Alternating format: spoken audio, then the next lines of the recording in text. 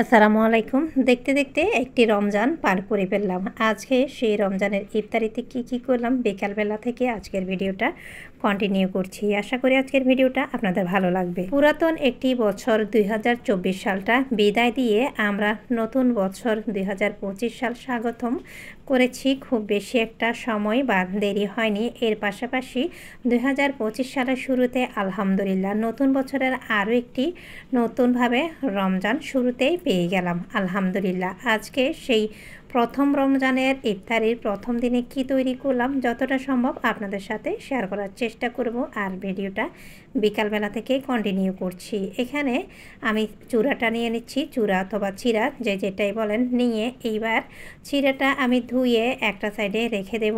এর আগে ট্যাং আমি এই যে ইমনের আব্বু 2 কেজি ওজনের একটি ট্যাং নিয়ে এসেছিল, সেই ট্যাংটা আমি এখন ওপেন করব। ওপেন করে ট্যাং আমি কিছুটা একটি ছোট জারে নিয়ে নিব।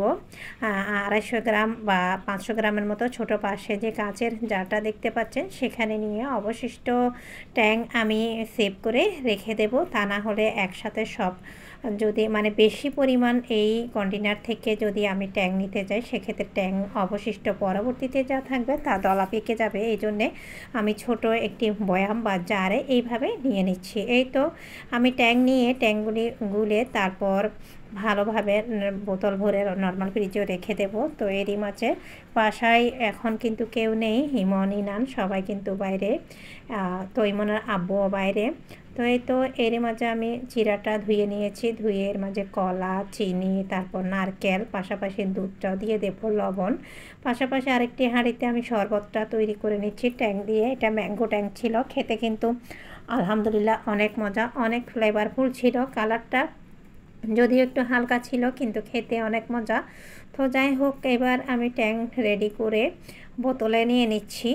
আর বিকাল থেকে ইফতারি তৈরি করা শুরু না করলে সেক্ষেত্রে দেখা যায় মাগরিবের সময় বা আজানটা মানে ইফতারির সময়টা হয়ে যায়, তাই খুব দ্রুত কাজ করতে হয়। আর যদি রান্না না থাকে তাহলে কিছুটা হলেও সময় হাতে পাওয়া যায়। যদি ইফতারি এবং রান্না দুইটা একসাথে তৈরি করতে হয় সেক্ষেত্রে একটু সময় বেশি লাগে। তো মোটামুটি ইফতারি করার জন্য আমি সব কিছু টুকটাক রেডি করার চেষ্টা করেছিলাম। আগের দিন আমি সেহরির জন্য গরুর মাংস আর পাতলা মসুরের ডাল রান্না করেছি, সাথে কিছুটা মিষ্টি কুমড়ো রান্না করা ছিল। তো এই তো কথা বলতে বলতে ইনান গিয়ে পুদিনা পাতা, শসা এইসব টুকটাক নিয়ে আসছিল, সেগুলি আমি অফ স্ক্রিনে কেটে নিয়েছি। তো এখন ইফতারি আমাদের এখানে ইমনের আব্বু দোকান থেকে পাঠিয়ে দিয়েছে, যেমন ছোলা, বেগুনি, পেঁয়াজু, আলুর চপ, পাশাপাশি জিলাপি।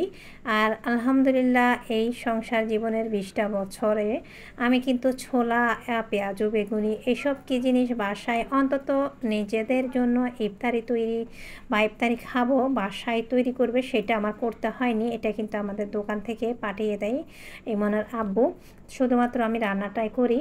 তো যাই হোক, আর রান্না বলতে ভাতের জন্য যদি ভাত তরকারি রান্না করতে হয়, ইফতারি তৈরি করতে হয় রমজানের দিনে, সেদিন কিন্তু একটু বেশি একসাথে দুইটা করতে হলে বেশি প্যারায় পড়তে হয়। তো আগের দিন আমি রান্না করেছিলাম গরুর মাংস, ডালটা যদিও ফ্রেশ রান্না, পাতলা মসুর ডাল ভালো লাগে সেজন্য একবেলা খাওয়া একবেলার জন্যই রান্না করেছিলাম। তো একবেলা ডালটা শেষ, ওখানে গরুর মাংস ছিল আর কিছু ফ্রেশ মসুরের ডাল রান্না করেছি পাতলা। তো যাই হোক, মোটামুটি ইফতারি তৈরি আর রান্না বান্না ভাত তরকারি একসাথে যদি হয় সেক্ষেত্রে একটু প্রেশার বা চাপ পড়ে। তো আজকে আমি আগের দিন রান্না করেছি গরুর মাংস, ডাল সেটা ছিল।